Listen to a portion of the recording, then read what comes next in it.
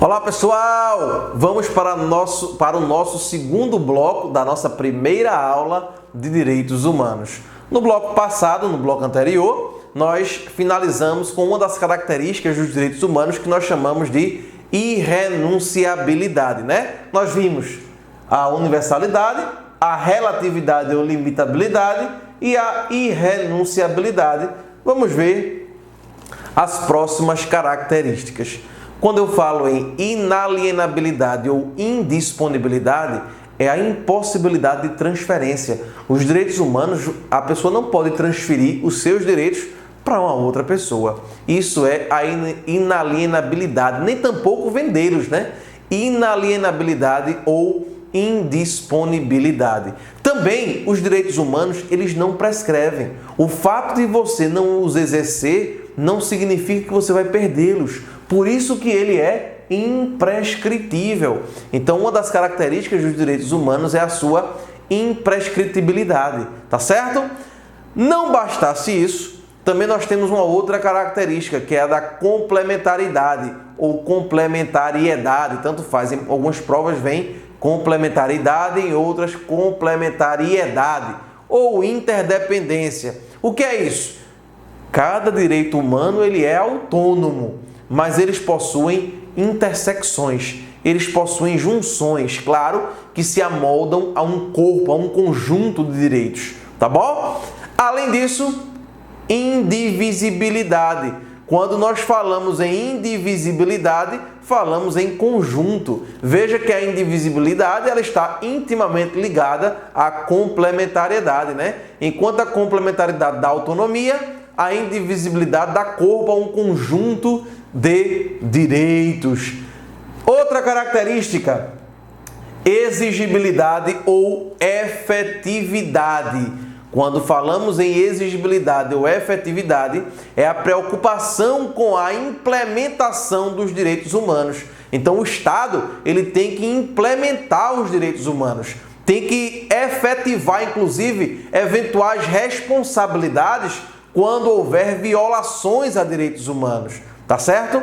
Aplicabilidade imediata, que é outra característica, né? A aplicabilidade imediata. Essa está até na nossa Constituição, que eu peço que vocês depois deem uma olhadinha no parágrafo 1º do artigo 5º, mas eu vou falar aqui. As normas definidoras dos direitos e garantias fundamentais têm aplicação imediata. Então, a aplicação dos direitos humanos, dos direitos fundamentais, ela deve ser imediata, tá bom? Outra característica, abertura ou inexauribilidade dos direitos humanos. Quando eu falo em abertura ou inexauribilidade dos direitos humanos, eu estou dizendo justamente que os direitos humanos, eles não podem sofrer esgotamento, mas eles consistem de um processo de expansão, de reconhecimento, de alargamento, ou seja, não há taxatividade. Os direitos humanos, eles são exemplificativos. É possível sempre a criação de outros e novos direitos humanos. Quando falamos em direitos humanos, falamos que é possível se reconhecer outros direitos humanos, tá certo? Então, eles não possuem um rol taxativo. A nossa Constituição dá dois exemplos desse caso. O parágrafo 2º do artigo 5º, que diz que os direitos e garantias expressos nesta Constituição não excluem, olha só, não excluem outros decorrentes do regime e dos princípios por ela adotados ou dos tratados internacionais em que a República Federativa do Brasil seja parte. Então, observe que é de suma importância conhecer esse ponto específico da abertura ou inexauribilidade. Tá bom, gente? Também nós temos o parágrafo 3º, né, do artigo 5º, que fala que os tratados e convenções internacionais sobre direitos humanos serão incorporados no Brasil como norma constitucional, como uma emenda à Constituição, se passar por as duas casas do Poder Legislativo, 2 turnos de votação e tiver o quórum de 3/5. Então é possível que se reconheça um novo direito humano lá fora e depois a gente incorpore aqui como um direito fundamental. Tá certo? Próxima característica, a historicidade. Claro, o direito humano ele decorre de evolução histórica, isso a gente vai ver no próximo ponto, tá certo? Proibição do retrocesso, que é a próxima característica. Ao se reconhecer um direito humano, não se pode depois querer extingui-lo, extirpá-lo. Não, reconheceu-se um direito humano, não se pode mais retirá-lo, ok? E para a gente finalizar todas as características dos direitos humanos, nós temos aí a chamada superioridade normativa ou normas ius cogens. O que significa dizer ius cogens? Lei coercitiva, lei imperativa. Serve, claro, para designar no âmbito do direito internacional que a norma do direito humano ela é uma norma geral e tem o poder de obrigar os Estados nacionais a cumprirem, a observarem os seus preceitos, tá bom? Então, por essa razão, nós dizemos que os direitos humanos eles são normas ius cogens. Como assim ius cogens? Reconheceu-se um direito humano, os Estados nacionais devem respeitar. Ok? Muito importante isso. Finalizamos assim as características. Vamos para um dos pontos mais importantes dessa aula, dessa primeira aula, que é justamente a chamada evolução histórica dos direitos humanos. Evolução histórica dos direitos humanos. Vamos lá. Obviamente que nós falamos já nessa aula que os direitos humanos eles passaram por um processo de evolução, um processo evolutivo. Eles vêm sendo reconhecidos ao longo dos tempos, né? O primeiro momento de reconhecimento dos direitos humanos é o que nós chamamos de período axial, que é a chamada pré-história dos direitos humanos. Não havia uma sistematização completa, concreta, visível dos direitos humanos. Eram situações pontuais em alguns estados que aconteceu. Por exemplo, nós temos nesse período de pré-história dos direitos humanos, não é pré-história da história, tá? É pré-história dos direitos humanos. O chamado reino davídico, né? Quando Davi, o rei Davi de Israel, ele decide não fazer tudo aquilo que ele queria, e sim estar baseado no reino com as ordens divinas, então a teocracia, né? Você veja que ali Davi, ele se autolimitava por ordem divina. Então, quando a gente fala em limitação do poder do soberano, nós estamos falando em direitos humanos. Então tem o reino davídico, temos como exemplo a Grécia, a democracia grega, aquela democracia direta em que o povo ele era convocado para em praça pública estabelecer ali a decisão fundamental política. Então a democracia grega é um exemplo de direitos humanos na antiguidade. A Roma antiga também. Então, o controle por sistemas recíprocos, a República, a instituição da República na época romana, também é outro exemplo, mas um exemplo pontual. Observe que os exemplos que nós damos aqui, nesse período de pré-história, ou período axial dos direitos humanos, são exemplos muito pontuais, muito precisos, tá certo? No próximo momento da nossa história também, dos direitos humanos, nós temos aí, logo após a Idade Média, e temos um exemplo muito específico de direito humano, lá na Inglaterra. Veja que foi muito específico. A Constituição Inglesa de 1215, também chamada de Constituição do Rei João Sem Terra, ou carta, né? Foi uma carta, foi uma outorga que o rei João Sem Terra em 1215 fez, cuja Constituição ela só foi implementada 10 anos depois, né? Só em 1225 ela começou a valer. Mas a Constituição de João Sem Terra, ela de forma pontual trouxe alguns direitos humanos que hoje nós reconhecemos como direitos humanos. Como? Ele lançou as bases do Tribunal do Júri. Também trouxe a questão da propriedade privada. Olha só, a propriedade privada, desde o século XIII, já se reconhecia na Constituição Inglesa. Não só isso, o princípio do devido processo legal, a liberdade de locomoção, Todos esses direitos surgiram aí nessa Constituição inglesa, mas volto a dizer, foi pontual, foi pontual. É na Inglaterra também que na Idade Moderna nós temos 3 normas constitucionais que são direitos humanos.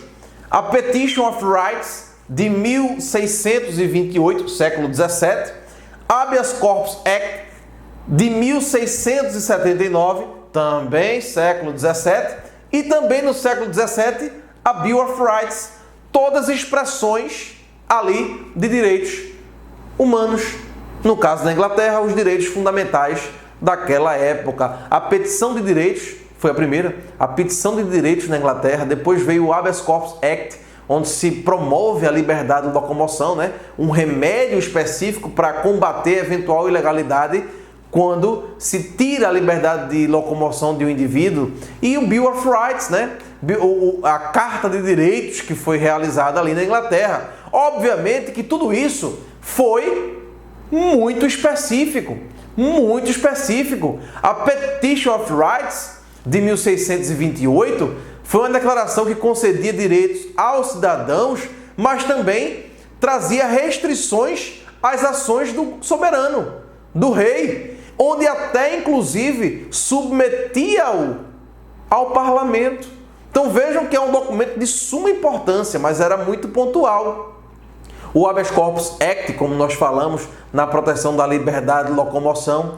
Mas o Bill of Rights, que foi uma carta de direitos de 1689, também no século 17, consagrou direitos que hoje nós temos como direitos humanos e fundamentais. O direito à vida, à liberdade, à propriedade privada, que já tinha sido reconhecida outrora na Inglaterra, o poder parlamentar. Então vejam que os direitos humanos surgem nesse momento histórico também. No entanto, obviamente, como um procedimento sistêmico, como uma ciência, ele só começa a se desenvolver na idade contemporânea. É só na idade contemporânea que nós conseguimos observar de forma sistemática o reconhecimento dos direitos humanos.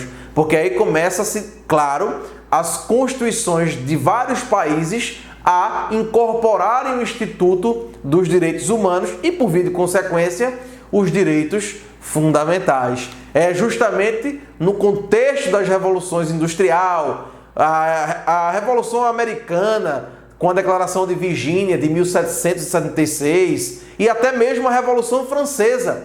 O fortalecimento do capitalismo da época faz com que nós passemos por uma nova etapa, e uma etapa também no que se refere à ordem jurídica. As experiências, tanto americana em 1787 e francesa de 1791, com as suas constituições, deram um pontapé inicial para o que nós chamamos de tendência de reconhecimento dos direitos humanos. Por essa razão, nós dizemos que é a partir daí, a partir da Constituição americana e francesa, que se tem aí o pontapé do reconhecimento mundial dos direitos humanos. Por essa razão, esse momento histórico, ele é colocado como primeira geração ou dimensão dos direitos fundamentais. E aí vem um dos assuntos mais importantes, né, desse tema da primeira aula, que é justamente as dimensões ou gerações dos direitos fundamentais. Entramos na primeira geração ou dimensão agora, claro, na idade contemporânea, com as constituições americana e francesa, onde nós temos aí um reconhecimento, uma tendência de reconhecimento de direitos humanos, de direitos fundamentais. Tá bom, gente? Então, muito importante a gente saber que a primeira geração ou dimensão, ela trouxe o que nós chamamos de direitos de liberdade, o fator liberdade. Então eram direitos civis e direitos políticos. Quais são os direitos civis? Direito à vida, liberdade de locomoção, liberdade de associação. Então, todos esses direitos de liberdade começam a ser reconhecidos em constituições escritas, em especial as primeiras, que nós acabamos de ver, a Constituição Americana e a Constituição Francesa. A nossa primeira Constituição, de 1824, também trouxe resquícios desses direitos fundamentais reconhecidos, direitos humanos reconhecidos, né, em países como a França, os Estados Unidos, posteriormente a Alemanha. Então, eles começam a ser difundidos e, obviamente, a gente tem a primeira geração ou dimensão dos direitos humanos ou dos direitos fundamentais. Essa primeira geração ou dimensão está ligada ao fator liberdade, direitos civis e direitos políticos.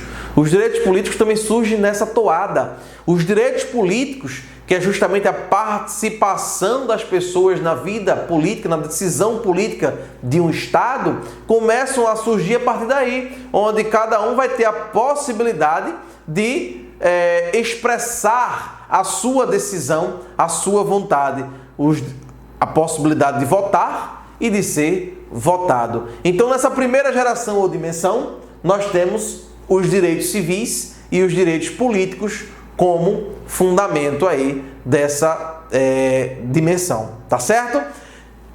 Obviamente que esses direitos de primeira geração ou dimensão são considerados como direitos individuais. Então, nesse primeiro momento, se reconhecem os chamados direitos individuais.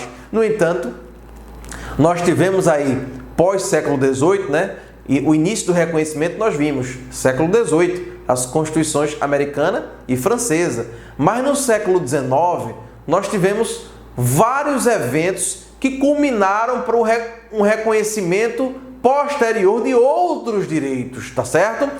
Pós Primeira Guerra Mundial, no século XX, os países começam a se alinhavar e reconhecer outros direitos fundamentais, outros direitos humanos.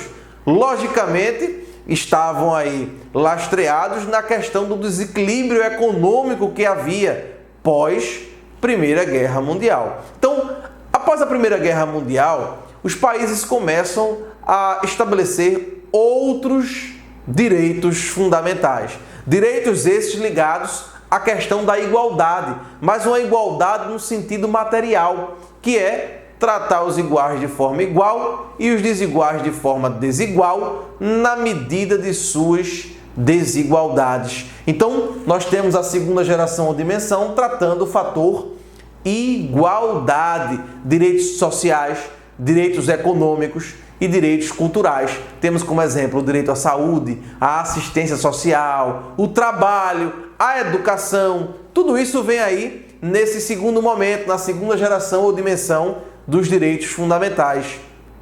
A primeira Constituição a reconhecer foi a mexicana, em 1917. A Constituição mexicana de 1917 foi a primeira a reconhecer os direitos sociais, seguida aí pela Constituição de Weimar, né? Na República de Weimar, depois da Primeira Guerra Mundial, a Alemanha assina um tratado chamado Pacto de Versalhes, de 1919, e nesse pacto assinado na França, eles se obrigam a se desmilitarizar, constituir uma república. Foi por essa razão que nós temos a Constituição da República de Weimar e, por isso, a Constituição da época de Weimar, né, da República de Weimar, em 1919. E a Constituição alemã ela trouxe esse valor dos direitos sociais, direitos culturais, direitos econômicos. Todos esses direitos são chamados direitos coletivos, tá certo? São direitos coletivos. Aí é a partir desse momento histórico, Tratado de Versalhes, em que nós começamos a pensar num sistema de proteção dos direitos humanos. Um sistema mais universal, né? Um sistema que a gente pode dizer mais abrangente. Nós tivemos, por exemplo, a Convenção de Genebra, em 1864, com a criação da Cruz Vermelha, o Tratado de Versalhes, com a Liga das Nações, e a Organização Internacional do Trabalho, também em 1919, juntamente com o Tratado de Versalhes. Nesse ponto, que é um ponto importantíssimo, eu vou ver com vocês no próximo bloco.